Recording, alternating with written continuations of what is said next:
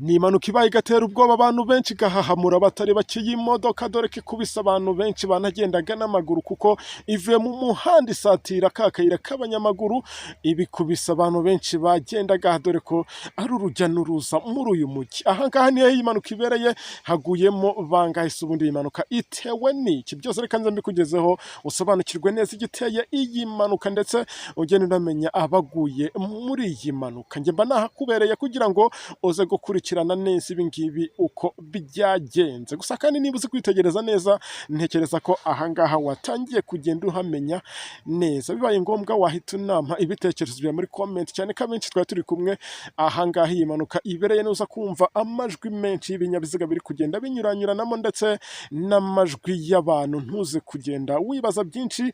Iyi nkuru nayitunganyije nkiri ahangaha n'ubundi kugira ngo ibi byose mbashe kubikurikirana gatanu, kandi kugira ngo mwebwe muze kubona inkuru yuzuye. Reka neze ko turaza kugerana ku musozo w'iyi nkuru tukiri kumwe, kugira ngo ijambo ryose ndi buvuge uze kugenda uryumva ijambo kurindi, kugira ngo iyi mpanuka ugende wumva icyayiteye, cyangwa se ugende unamenya abaguye ahangaha. Ndacyabwira na wa wundi ukigera kuri uyu muyoboro wa YouTube channel aribwo bwa mbere akaba atarakora subscribe cyangwa se abone, aka niko kanya keza ko gukora kuri iryo jambo ryanditseho subscribe cyangwa se abone, ariko kandi akore no kuri kariya kantu k'inzogera. Fungura iyo nzogera, birajya bigufasha kuba wakwakira notification uko twaprodinze inkuru cyangwa buri uko dushyizeho inkuru. Nge tujye kubona muri aya makuru. Nitwa Charles OG, umuhungu w'Imana.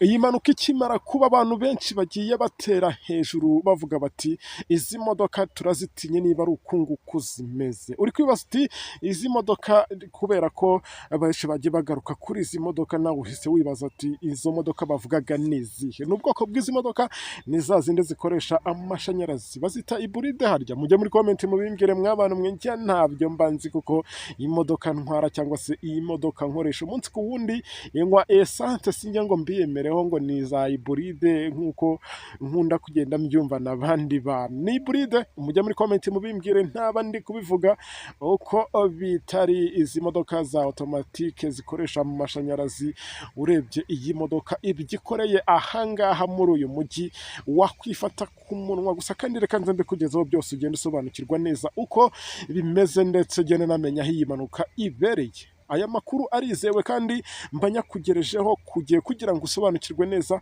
ibi ngibi byose. Bityo rero niba utarakora subscribe cyangwa se abone, aka niko kanya keza ko kubikora, kugira ngo nawe ujye mu mubare w'abadukurikira cyangwa w'abadutega amatwi umunsi ku wundi.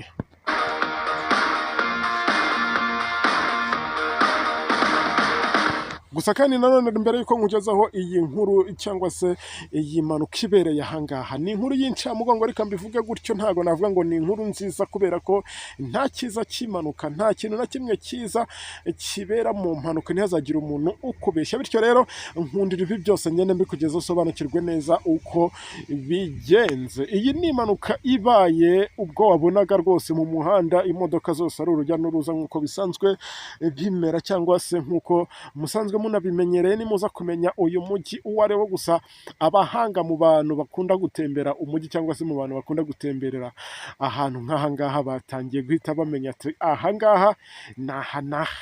Jya muri komenti niba koko wiyaminiya cyangwa se ukaba uri umuntu utekereza bya danje. Nyandikira uti ahangaha ndi kubona ari ahangaha, ndi kubona hajya kumera nkaho, nanjye ndaza guhita ngenda nkusubiza. Gusa kandi reka nisurize mwebwe mu nteze amatwi muri mu ntara y'amajyaruguru, abanteze amatwi bari mu ntara y'amajyepfo, iburasirazuba n'iburengera bwaryo. Reka nizere ko tugiye kubana muri aya makuru tumeranye neza. Abatameze neza mwihangane, mbona no kwihanganisha abashobora kuba buriye ababo muri iyi mpanuka, ndetse n'abakomerekeye ahangaha. Twizera ko byibuze ubwo babonye ubutabazi, kuko polisi ahangaha yahise ihagera ko ka mwanya bamwe bagomba guhita babona ubutabazi. Ubwo ni kuvuga abashobora kuba bakomerekeye ahangaha. Gusa kandi uburyo iyi modoka yaje kugenda ikubita abantu, ndetse n'uburyo yafashe parikingi ahangaha biratangaje, binateye ubwoba.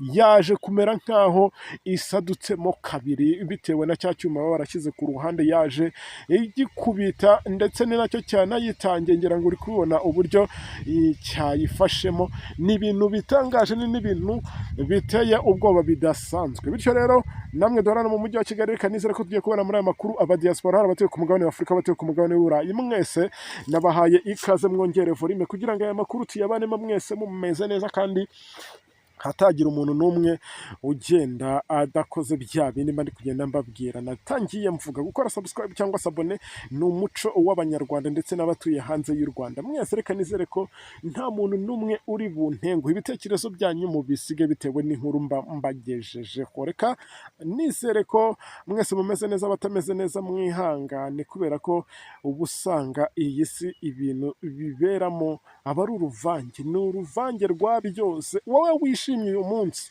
ishime, wongera wishime, kuko ejo birashoboka ko waba ari wowe uri kurira, cyangwa se birashoboka ko ari wowe waba uri kudutakira. Rero nawe wumva utameze neza, urababaye, wibabara, ntago ariko bizahora, ntago ari ryo herezo. Muntu wanjye jya ugerageza unacishemo umwenyure.